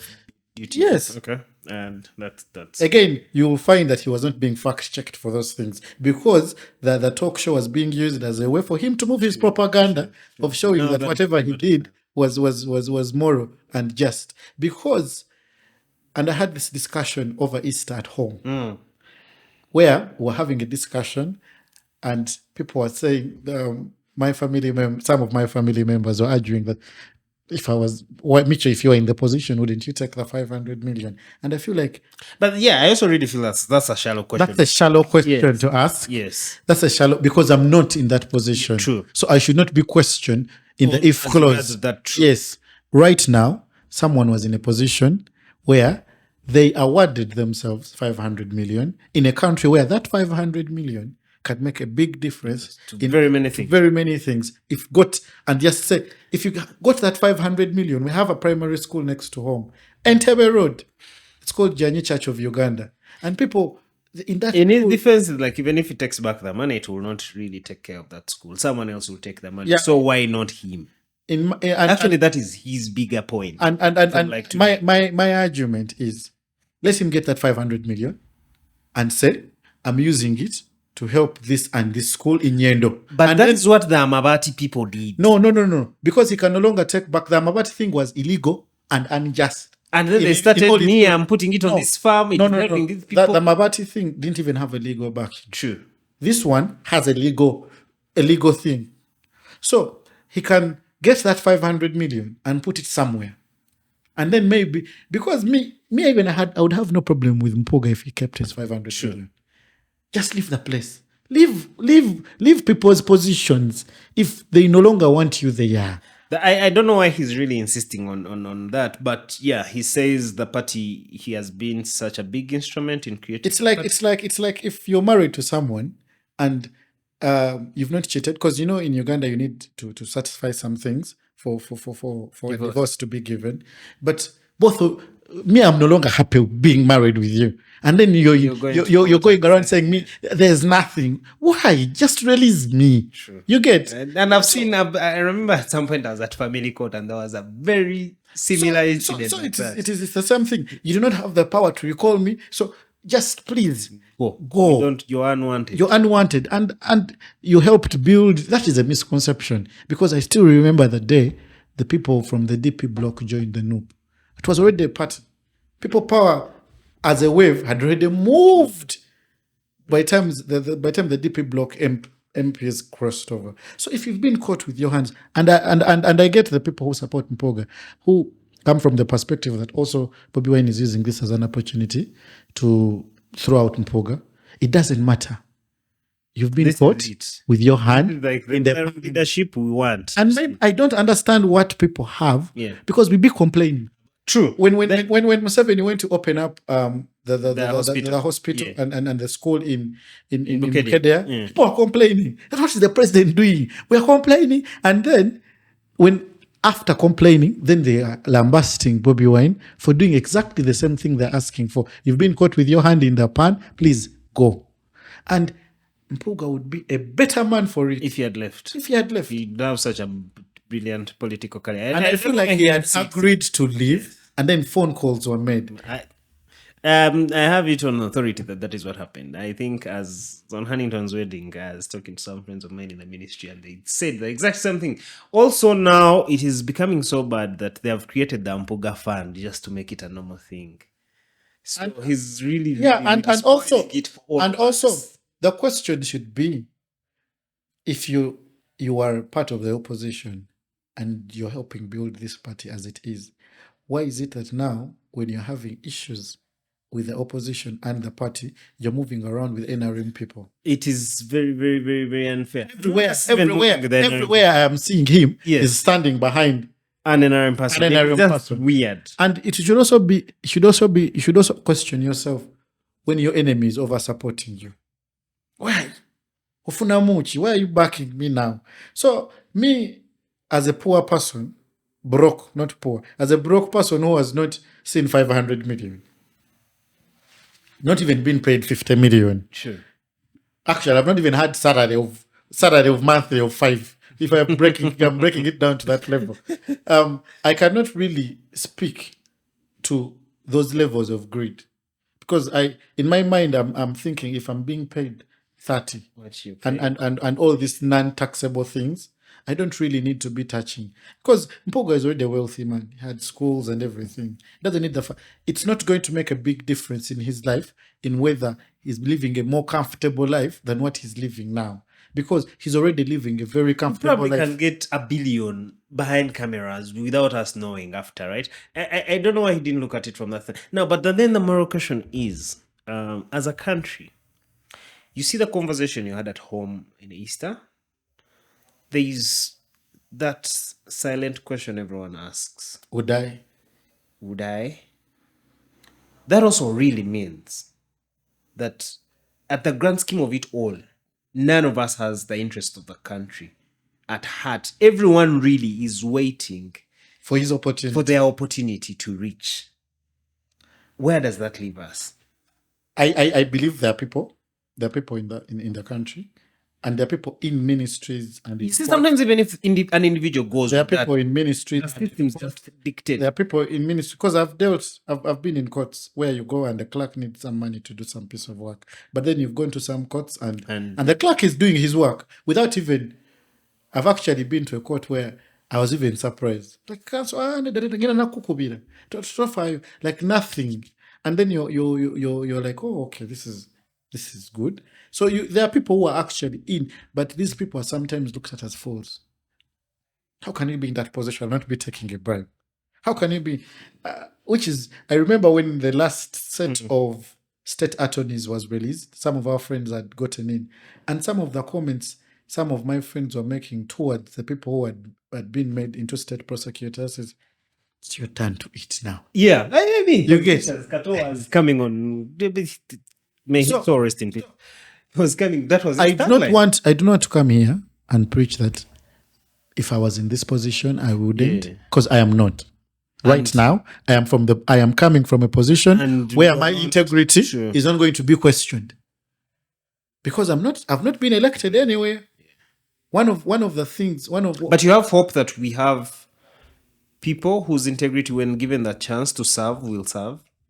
I think our generation, even with our system, I think our generation, I think our generation can make a difference. Because my problem is, I think Museveni has gone with that other generation. He has taken his generation and taken another one. This is very fundamental that we respect our good leader Bobi Wine's type of direction. Yes. So that at least from the core of it all, people can know that they can leave. Because yes. Yeah. And also my problem is there are very many people who are attacking Bobi Wine who come from a condescending type of opinion. Mpuuga is a very brilliant man. Yeah, and all that. I find that so who are you as Bobi Wine to question Mpuuga? I mean, Bobi Wine, at his level of education, was able to amass wealth, become a successful musician, live a successful career in music, come and cross over in politics, create a successful enough career in politics to give Mpuuga a platform to be in the position he was in. Mpuuga had been in politics a longer time than Bobi Wine. Sure.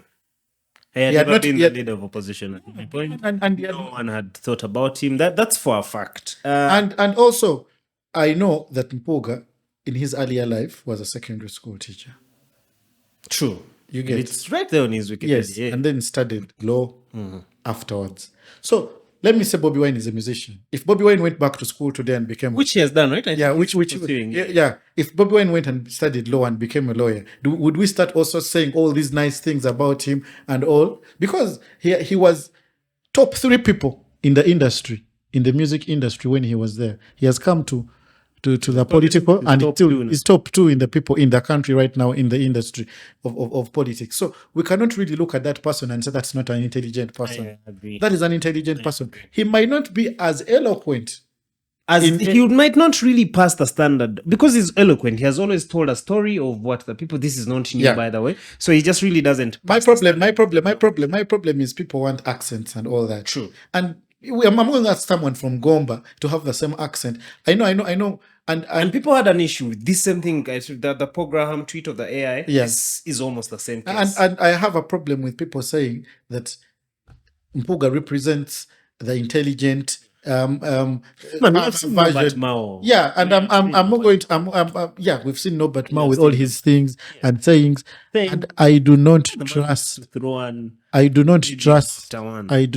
not moved by people in suits. I have lived my life around. That is something to share. Around my life around people in suits, and I know our capacity to use words to avoid.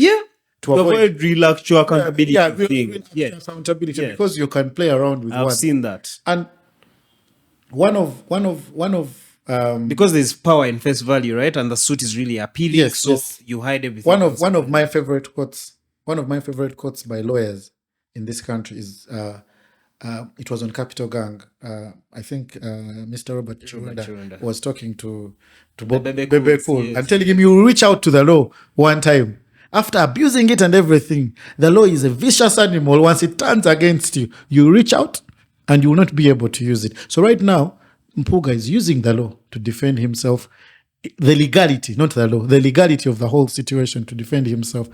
But when the NRM people turn against him, and that they will, because they always do, when they need a scapegoat, he will look for the law, reach out, and the same law that was protecting him will now be a dragon, Cyrax, or some level of dragon, and he will not be able to tame that law. And at just respect at the end of it all, if you've been asked to, and I do not know why as a country we do not have the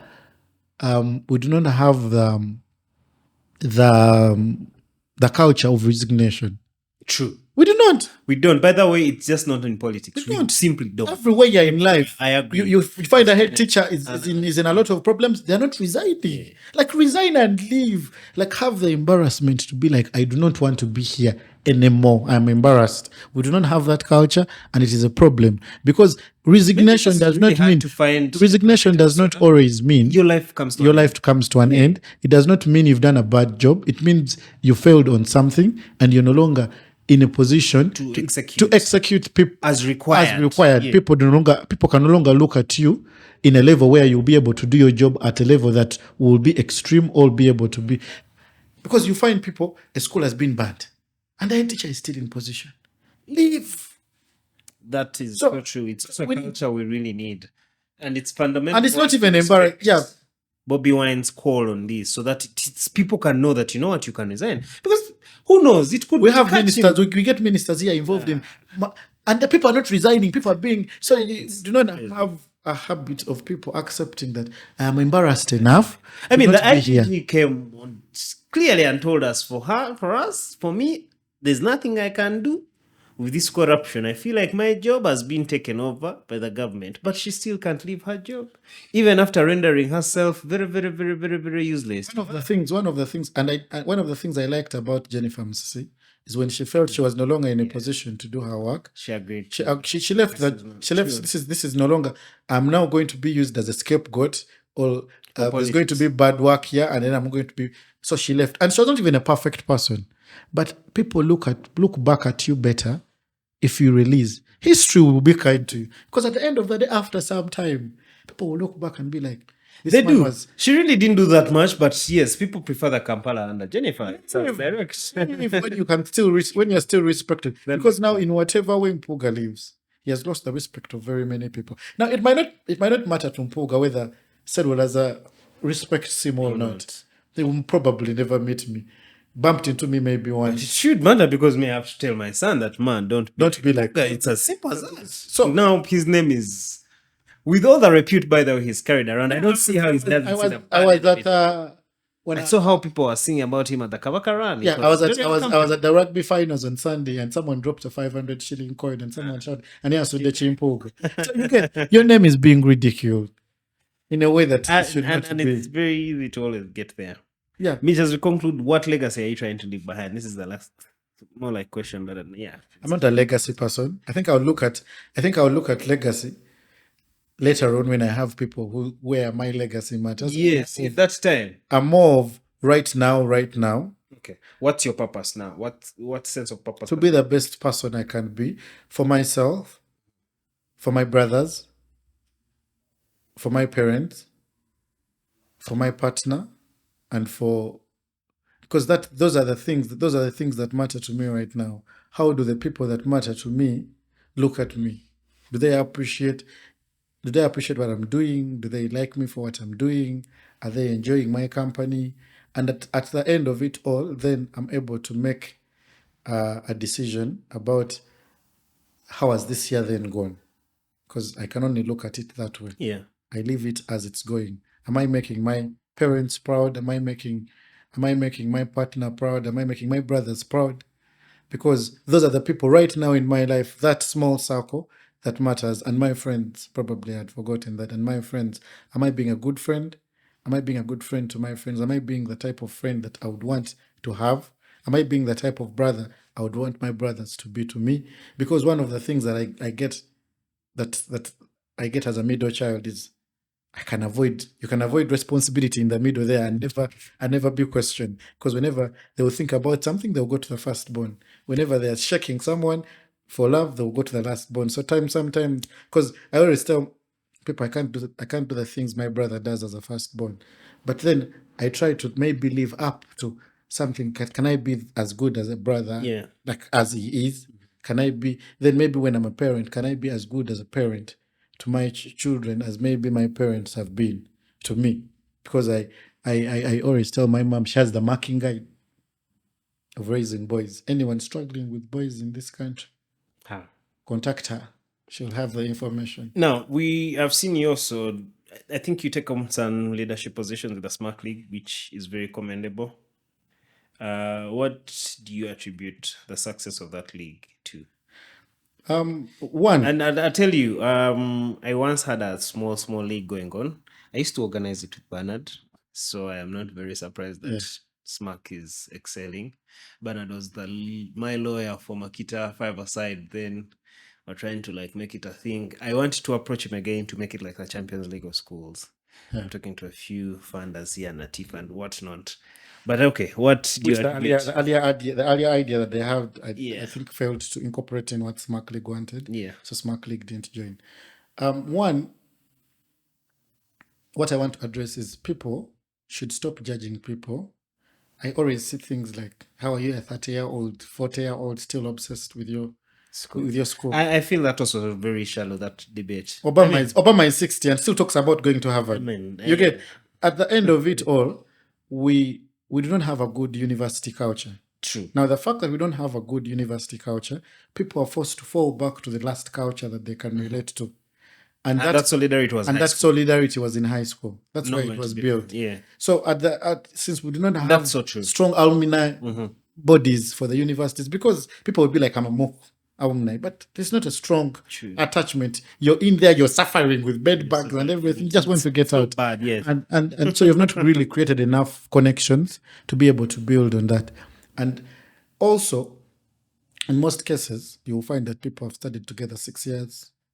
4 years, 5 years. Sometimes someone was asking me, don't you have other friends? Your whole like boys that you're dealing with are all, and I'm like, I studied with some of these people from P1 to senior 6. So it's very difficult for them not to be the friends I have.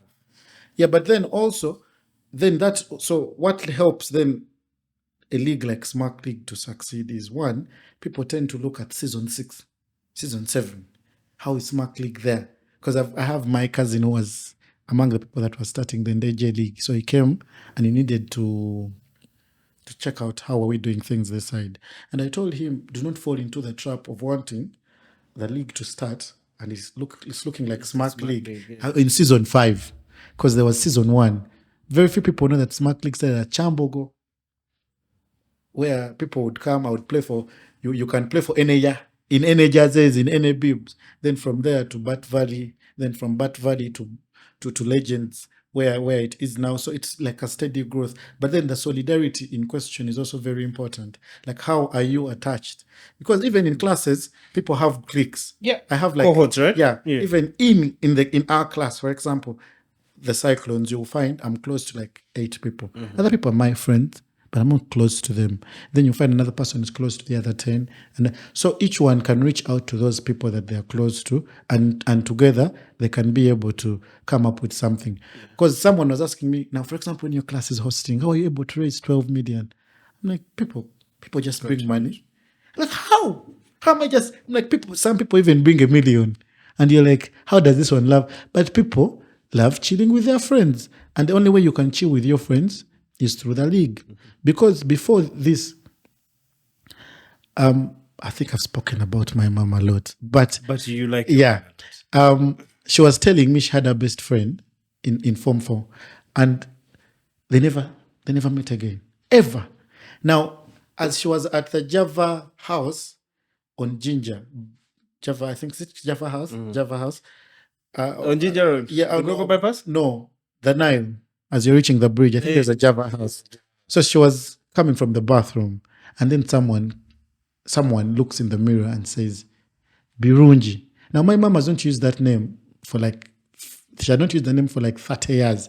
So she was like, who's calling me Birunji here? And it was her best friend that she had not seen in like, I don't know how many years, because at that time, there was no technology. Now they're happy. They have WhatsApp that they're talking to. They're meeting up. She can tell you, I'm going to her wedding. I'm going to this.